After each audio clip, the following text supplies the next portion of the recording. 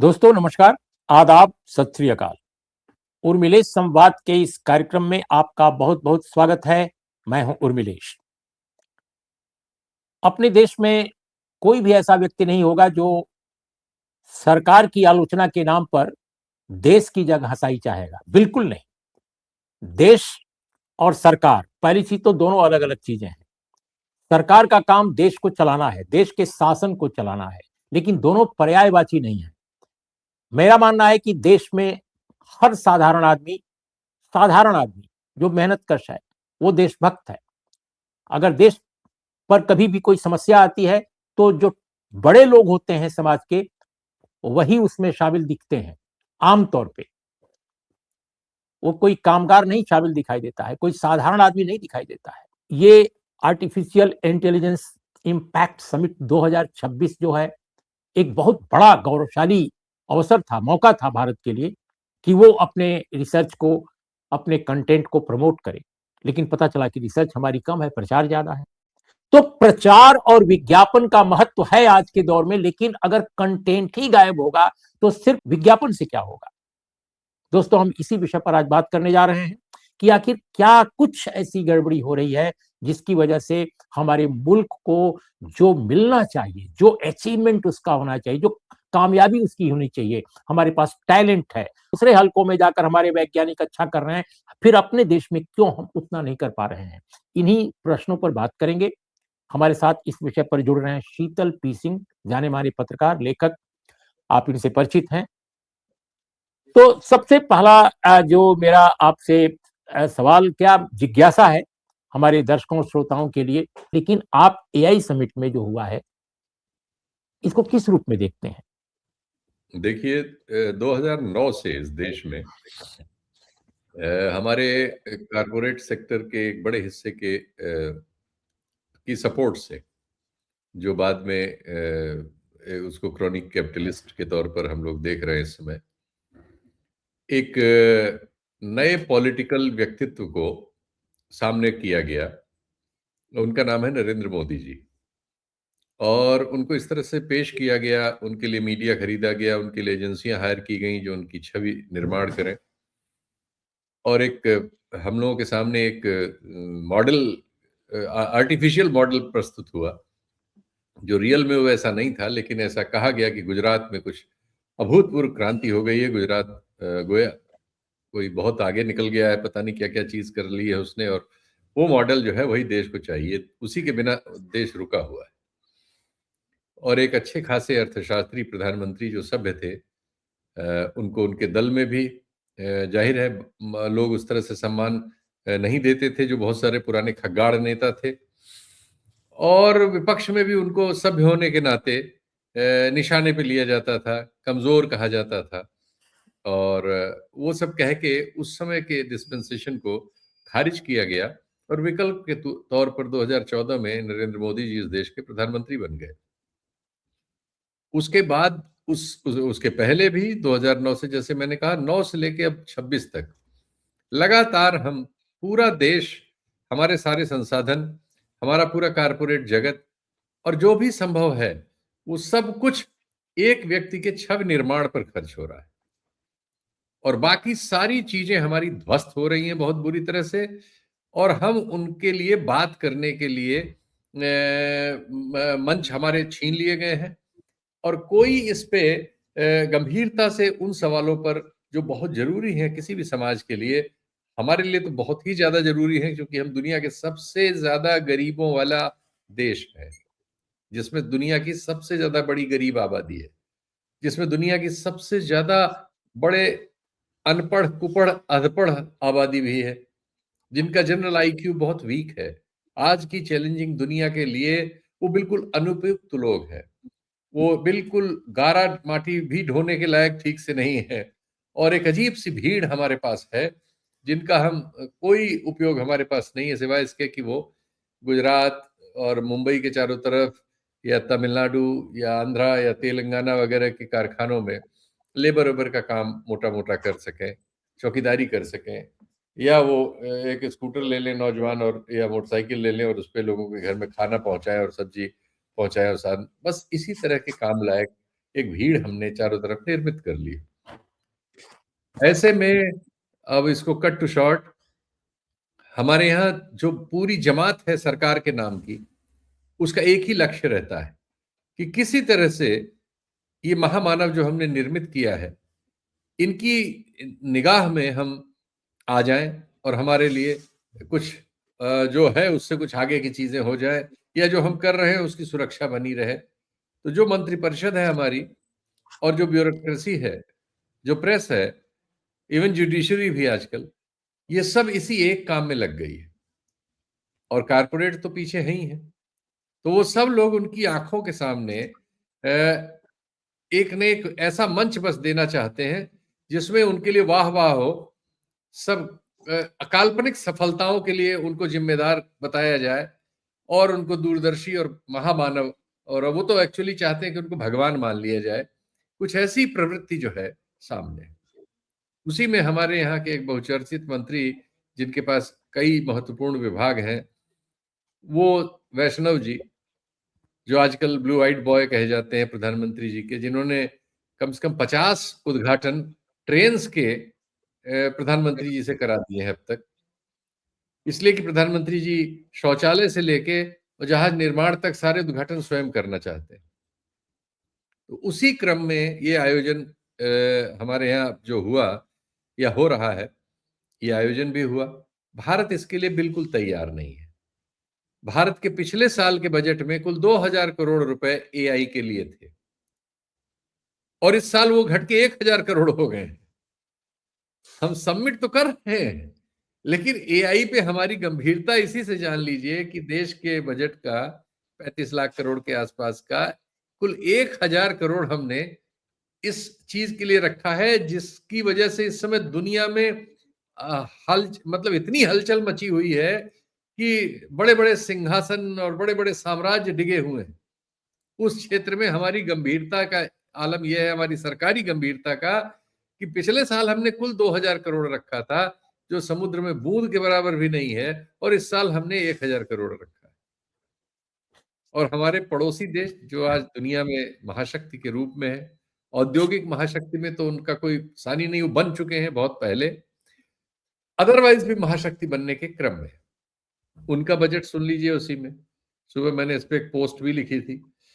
उनके यहाँ करीब इसमें 7 से 8 लाख करोड़ रुपए का एक साल में खर्च हो रहा है।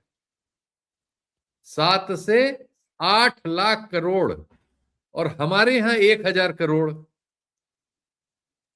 और हम जो है आबादी में उनसे भी बड़े हो गए हैं, और तीसरी चौथी अर्थव्यवस्था के दावेदार भी हैं, और बाकी महाबली तो है ही हैं जो भगवान हैं, और जिनके बिना दुनिया में पत्ता नहीं हिलता, वगैरह वगैरह जुमले हैं हमारे पास। तो उनके लिए ये सारा जो कार्यक्रम किया गया, उसमें जब वो आए तो पूरा सब कुछ, जितने लोग जो कथित थोड़ा बहुत करते हैं भारत में भी इन सब चीजों में, जो 1000 करोड़ 2000 करोड़ में कर सकते हैं, वो सब करने वालों को बाहर कर दिया गया, क्योंकि वो फोटोजेनिक सब होना चाहिए साहब का। और 5-6 घंटे फोटो शूट चला। इसमें जो कंपनियां वगैरह वहां आई थी, छोटी छोटी बेचारी थोड़ा बहुत भारत में जो करती हैं, उनके तमाम की शिकायतें कि उनके उपकरण वगैरह चोरी हो गए इसी में। ये तो यहां से हमारी शुरुआत हुई, और वो बेचारे रोना पीटना सबका हुआ, चूंकि बंगलोर से बुक करा के, स्टॉल पैसा दे के, जहाज होटल सब आए थे अपना टीम टाम लेके, उनके साथ ये हुआ। पीने का पानी नहीं, इतना बड़ा समारोह एआई पे हो रहा है, वाईफाई का प्रबंध नहीं। बताइए, वहां जो विदेशी आए वो चक्कर खा गए कि एआई पे प्रोग्राम हो रहा है और वाईफाई तक नहीं, क्रेडिट कार्ड डेबिट कार्ड के प्रचलन की कोई व्यवस्था नहीं, हर चीज आदमी कैश मांग रहा वहां उससे, पानी पीना है तो कैश दे। तो इतनी अव्यवस्था, क्योंकि सारी व्यवस्था तो सिर्फ इसलिए थी कि वो आए, हुजूर हुजूर के बढ़िया फोटो और वीडियो बने, और सारे मीडिया पर वो छा जाए, और एक झूठ पूरी दुनिया में चला जाए कि एआई में भारत ने मार दिया भाई, मार लिया, मार लिया भाई, मार लिया, और मोदी जी की वजह से मार लिया, मोदी जी की वजह से भारत ने कर दिया और वो कर दिया। उसके बाद चापलूसों की फौज जो पंडाल लगाए बैठी थी, उसमें से एक संस्थान ने भारत की नाक जड़ से यहां से पूरी वहां तक कटवा के और विश्व मंच पे लटका दी है। वो सूख रही है कल से, और आज तो उसमें उसका वो एंड हुआ कि उनको पंडाल वंडाल से हटाया गया। उन्होंने क्या किया साहब कि इंटरनेट पर सबको उपलब्ध, हमारे जो मार्केटिंग के टूल्स हैं दुनिया भर के, अमेजन, इन सब पर उपलब्ध है कि 2.5-3 लाख रुपए में एक रोबोट मिलता है जो कुत्ते जैसा मिलता जुलता है और छोटी मोटी बहुत सारी चीजें करता है, कैमरा वैमरा लगा हुआ है उसमें, उसकी बैटरी 7-8 घंटे लगती है। वो रोबोट मंगा लिया गया साहब, और उस रोबोट को एक भारतीय नाम दे दिया गया, और भारतीय नाम दे के वहां अपने पंडाल में लगा लिया गया। आप और किसकी बात कर रहे हैं? किसके पंडाल की बात कर रहे हैं? गलगोतिया नाम की एक यूनिवर्सिटी है, जी। जिसने आज से 1-1.5 साल पहले, शायद 2024 के चुनाव के समय ही, एक प्रदर्शन निकलवाया था अपने छात्रों से मोदी जी के समर्थन में और राहुल गांधी के खिलाफ, कि ये हमारे सोने चांदी को ले जाएंगे और ये करेंगे वो करेंगे। तो जब पत्रकारों ने उस पर माइक लगाया था, 1-2 पत्रकारों ने, तो पता लगा कि उनको पता ही नहीं था, उनको तो जबरदस्ती भेजा गया था कि प्रदर्शन में जाना है आपको प्ले कार्ड लेके। तो वो मतलब खुलेआम चापलूस जैसे आज का दौर है, इस तरह के लोग हैं, व्यापारी हैं, होशियार हैं, और हमारे देश की बेरोजगारी से बहुत सारे इंस्टीट्यूशन बहुत पैसा कमा रहे हैं, और बेरोजगारों को किसी लायक नहीं वो बनाते, और बड़ा बेरोजगारी मंडी में उनको धकेल देते हैं, लेकिन उनके माँ बाप के पास जो पैसा है या कर्जा या उनको मिला हुआ लोन, एजुकेशनल लोन, उसको ये शार्क निगल जाती हैं, और हमारे यहाँ इन लोगों को बेरोजगारी की भीड़ में ठेल दिया जाता है। लेकिन शीतल जी, लेकिन शीतल जी, आप जो ब्यौरा दे रहे हैं उस पर मैं लेटेस्ट आपको बता दूं कि उस यूनिवर्सिटी की तरफ से एक स्पष्टीकरण जारी किया गया है और कहा गया है कि जो जो मैंने देखा, अच्छा, आपने देखा कि सब जो शिक्षक, जी जी, तो उस पर जी। तो खैर, तो उन्होंने क्या किया कि साहब वो चाइनीज वो रोबोट को वहां रख रखा था, और डीडी न्यूज वाले पहुंचे वहां माइक लेके, और उन्होंने बताया कि हमारे छात्रों ने इसको और हमारी संस्था ने इसको डेवलप किया, और इसको एक एक सब पुर्जा पुर्जा जोड़ के इसको ये बनाया, और ये भी करता है और ये वो भी करता है और वो फलाना करता है। पहले खूब उन्होंने दिया, तुरंत वो सोशल मीडिया पे आ गया। अब उनकी कमजोरी और गलती ये है कि इस देश में अभी भी नेहरू युग की संस्थाओं से पढ़े लिखे कुछ लोग बचे हुए हैं, और वो इस तरह के दावों के बारे में एक क्रिटिकल व्यू रखते हैं। और उस व्यू के तहत जब उन्होंने उसको गूगल किया तो पता लगा वो तो चाइनीज रोबोट है, और 2.5 लाख रुपए में उपलब्ध है, कोई भी ले सकता है, और उसका असली नाम ये है। और उसको तुरंत चाइना के भी, क्योंकि आज की दुनिया में तो एक क्लिक अवे है दुनिया, तो जो बहुत चाइना के लोग जो भारत को देखते भालते हैं, वहां की एजेंसियों ने, न्यूज एजेंसियों ने भी ले लिया, और वहां फिर सारी दुनिया में फिर हमारी जो नाक, मैंने कहा ना, यहां से कटी। और उस मजेदार बात यह है, इस रोबोट को खुद मंत्री जी ने भी ट्वीट किया था। जी जी, इसी ये भी एक रोबोट को कामयाबी के तौर पे, भारत की एक कामयाबी के तौर पे ट्वीट किया, भारत की कामयाबी के तौर फिर पे विथड्रॉ बता के किया। किया था। बताइए, उसी डिपार्टमेंट के मंत्री हैं, उनको कुछ नहीं पता, 1,000 करोड़ का बजट लगा के, मतलब क्या बताए, ये लोग हमारे देश के कर्णधार बनाए गए हैं।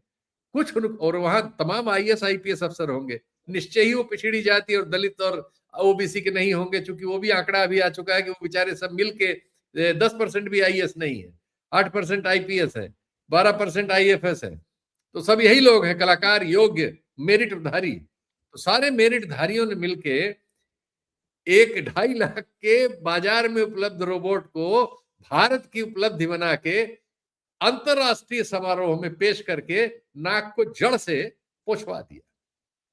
जब इतनी थू-थू हुई, और सारे इनके जो समर्थक राइट विंगर हैं सब भाग खड़े हुए, कोई कहीं सोशल मीडिया पे बोलने को तैयार नहीं, तो मजबूरन आज उनको वहां से पंडाल वंडाल हटाने को कहा गया, और उसमें वो तमाम शेखी बघारते रहे कि हमें नहीं पता है, हमें नहीं कहा गया है, ये है वो है, लेकिन समहाउ गए। अब वो उन्होंने उस महिला को, जिसको पहले उन्होंने पीआर के लिए, उन्हीं की प्रोफेसर है, ये सब बताने के लिए रखा था, उसी के ऊपर ठीकरा फोड़ दिया कि उसने गलत बयानी करके ये कह दिया और ये नहीं था और वो नहीं था।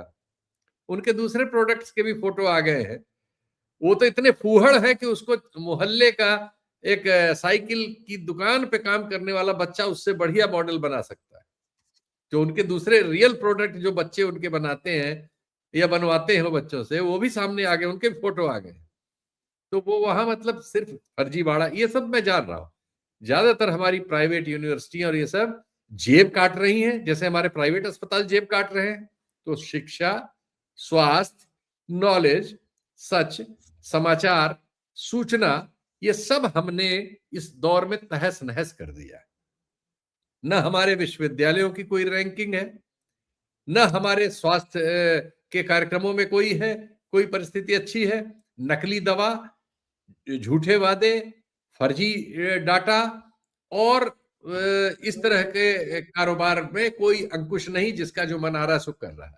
हर चीज स्वास्थ्य में सिर्फ प्राइवेटाइजेशन करके चीजों की दवाई करने का एक तिलिस्म चल रहा है, जिससे इस तरह के प्रपंच हमारे सामने आ रहे हैं, जो सरकारों से मिलके लोगों की जेब काटने का काम कर रहे हैं। तो पूरी व्यवस्था इस समय इसी तरह के कामों में लगी हुई है।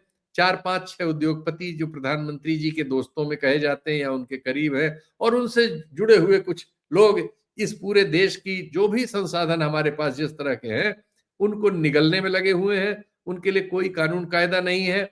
वो विदेशों से कैसे वो करें, काला धन सफेद करें, सफेद काला करें, शेयर मार्केट को लूट लें, हमारे सरकारी बैंक बीमा वगैरह से मार पैसा ले ले, जो मन में आए। तो एकदम खुला खेल फरुख्खाबादी चल रहा है। बस ये है कि हुजूर का गुणगान पूरा प्रचंड ढंग से होना चाहिए। हुजूर की रक्षा में पूरा मीडिया, जो सब का सब मेरिटधारियों का मीडिया है, इन सब में कोई डिमेरिट वाला नहीं है भाई। सारा काम काबिल लोग कर रहे हैं हमारे यहाँ, और वह उसको रक्षा देने के लिए हमारी जुडिशरी, महान जुडिशरी अब उपलब्ध हो गई है। वो भी पूरी मेरिटधारी है, उसमें कोई मिलावट नहीं है। तो सब लोग मिलकर इस देश की मेरिट को आसमान पे पहुंचा दिया है इन्होंने। और अब क्या बताएं, अब इसको, ये प्रसंग तो ऐसा है, विदेशी ट्वीट देखने के बाद मन करता है कि आदमी आत्महत्या कर ले। सच्ची बात तो ये है, इतनी निराशा पैदा कर रहे हैं एक भारतीय होने के नाते। क्योंकि आप जब उनको देखते हैं कि चीन वाले हंस रहे हैं, यूरोप वाले हंस रहे हैं, अमेरिका वाले तो हमें समझ ही गए कि हम क्या हैं, तो मतलब कमाल का हाल है। और जब से ये सब प्रसंग आया है 2 दिन से, इतना मन खिन्न है, लेकिन क्या बताएं, चारों तरफ तो हम जान रहे हैं वही हो रहा है। अभी मैंने आपको शायद बताया भी था आपके किसी कार्यक्रम में कि अभी 2 दिन पहले मुझे एक कार्यक्रम में एक कॉलेज, हमारे पुराने जमाने के नेता वेता रहे हमारे जनपद के, उन्होंने कॉलेज वॉलेज खोल रखे हैं, डिग्री कॉलेज में एक फंक्शन करते हैं सालाना, बुला लिया। तो निजी बातचीत में उन्होंने बताया कि भाई साहब, अब हमारे यहाँ डिग्री सेक्शंस में, मतलब पोस्ट ग्रेजुएट में, सारे कॉलेजेस में बॉयज की उपस्थिति मैक्सिमम 15% है, वरना कुल 5% है, कोई आता ही नहीं है। अक्टूबर तक भर्ती चलती रहती है और दिसंबर से इम्तिहान शुरू हो जाते हैं। और सिर्फ नकल कराना, और नकल होने के अलावा शिक्षा पूरी खत्म है। ये अपना नाम ठीक से नहीं लिख सकते, बीए में करके जो लोग हैं, ये हम भीड़ पैदा कर रहे हैं। आप सोचिए उर्मिलेश भाई कि ये हमारा पूरा हिंदी जगत, जो इस समय आप इनको दंगाइयों की भीड़ में बदला हुआ देख रहे हैं, ये दिमाग से ये बिल्कुल खाली लोग हैं। इसमें भूसा भरा जा सकता है तो जहर भरा जा रहा है सांप्रदायिकता का, और ये यही सब कर सकते हैं जो किया गया। और चूंकि ये समझ रहे हैं कि ये कुछ भी कर सकते हैं, इसलिए सोचिए कि देश के इतने बड़े अंतरराष्ट्रीय मंच पे इनको ये हिम्मत पड़ गई इतना बड़ा झूठ का प्रहसन करने।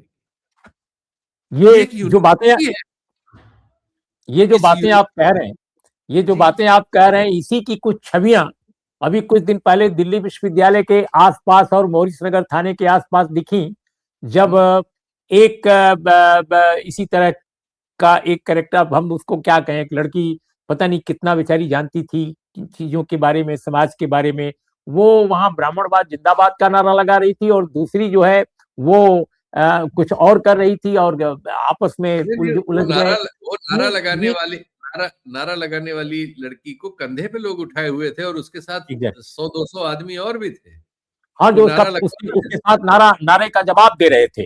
तो हाँ, अब मेरा ये कहना है कि ये जो छवियां उभर के आ रही हैं हमारे समाज में, क्या आई मीन जो बार बार कहा जा रहा है कि भाई हमारा तो डंका बज रहा है विश्व गुरु के रूप में भारत का, तो एक तरफ वो झूठ है और दूसरी तरफ ये सच्चाइयां हैं। तो आखिर इस देश का सामूहिक विवेक कहां चला गया है शीतल जी?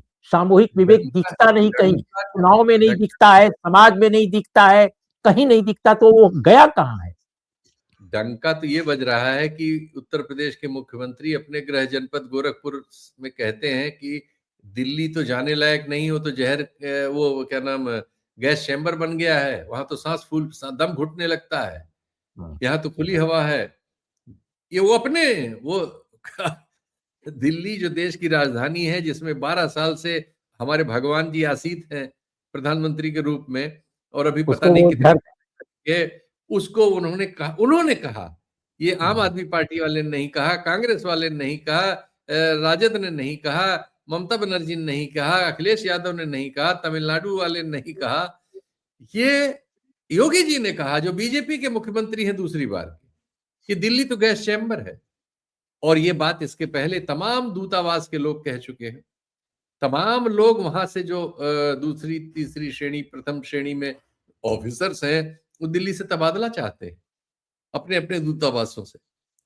वो कह रहे हैं कि हम बहुत शॉर्ट पीरियड के लिए भेजिए, चूंकि ये हेल्थ रिस्क है हमारी, तो आप उम्र ले लेंगे अगर आप हमें यहाँ ज्यादा देर के लिए पोस्ट कर देंगे तो, क्योंकि अभी ये एक तो दुनिया की बहुत जानी मानी प्लेयर ने इंडिया आने से इनकार कर दिया और इसके एवज में उसको कई लाख फाइन देना पड़ा।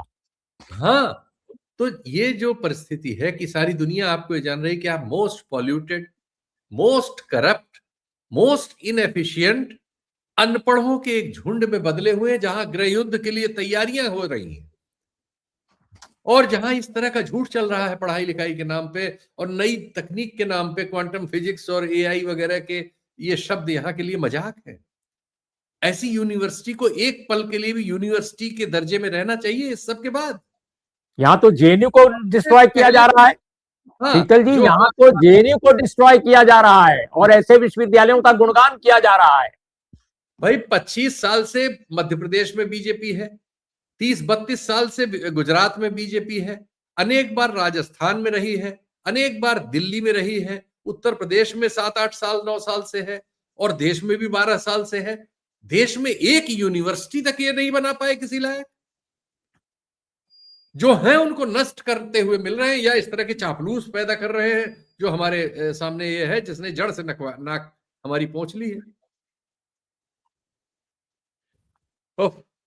अभी उस दिन की घटना के बाद मैंने देखा कि दिल्ली विश्वविद्यालय के एडमिनिस्ट्रेशन ने एक सर्कुलर जारी किया है कि 5 लोग विश्वविद्यालय में साथ नहीं घूम सकते, 5 लोग भी नहीं इकट्ठा हो सकते एक साथ। अब बताइए, सेमिनार में या डिस्कशन में, चाय पीते हुए कैंटीन में लोग बैठते हैं, टीचर्स बैठते हैं, स्टूडेंट्स बैठते हैं, आपस में बात करते हैं, 5 लोग इकट्ठा करना खतरा बन गया है। पूरा देश अशांत क्षेत्र हो गया है। ये देश की राजधानी का आप हाल बता रहे हैं। वहां एक थाने में 2 लड़कियां जो विपक्ष से थी, उनको गाली देने एक भीड़ घुसी थाने में, और पुलिस की उपस्थिति में थाने में ऐसी ऐसी उन्होंने गालियां दी और जान से मारने की धमकी दी, और जाने न जाने क्या क्या किया। सबके वीडियो बने, सबके वीडियो उपलब्ध हैं, और हमें नहीं मालूम कि उस पर क्या कुछ हुआ, कोई जानकारी तो नहीं है। ये हमारा हाल है। तो हम तो अब महान बन चुके हैं, एक्चुअली हम अब इतने महान हो गए हैं कि हमारा संभलना ही मुश्किल है। हम जरूरत से ज्यादा ही महान हो गए हैं, और उसी के सब लक्षण है जो आपने कार्यक्रम में रखा है। क्या बोला जाए इसमें, कोई चीज मतलब आदमी अपने आप पे हंसने का मन हो जाता है कि क्या और किस रोने चीज का में भी, रहे हैं। हंसने का भी और रोने का भी। एक्चुअली हम रो रहे हैं, हंसने का प्रहसन कर रहे हैं, हम परिस्थिति पे रो रहे हैं। तो चलिए, हम लोगों ने इस कार्यक्रम के बहाने सचमुच अपने मन से तो हम लोग रो ही सकते हैं, क्योंकि सामूहिक विवेक शायद कहीं ना कहीं गुम हो गया इस देश का। वो कैसे वापस होगा, हम लोगों के पास कोई जवाब नहीं है। लेकिन और यह भी नहीं कि जैसे अश्विनी वैष्णव जी ने तो अपना जो ट्वीट था या एक्स पर या जहां भी लिखे हों, उसको विड्रॉ कर लिया, जो उन्होंने यूनिवर्सिटी की महान उपलब्धि के बारे में कहा था।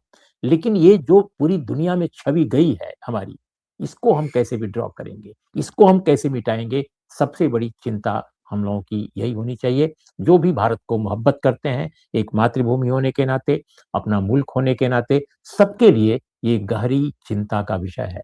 तो दोस्तों इसी टिप्पणी के साथ और शीतल जी की आपने टिप्पणियाँ सुनी, इसके साथ आप भी सोचिए कि कैसे अपने देश को खुशहाल, मजबूत, समृद्ध और सचमुच विज्ञान के क्षेत्र में, प्रगति के क्षेत्र में हम आगे ले जा सकते हैं। वो कौन-सा ऐसा रास्ता है? हम कहीं न कहीं रास्ता गुम हो गया है। तो इन्हीं शब्दों के साथ नमस्कार, आदाब, सत श्री अकाल।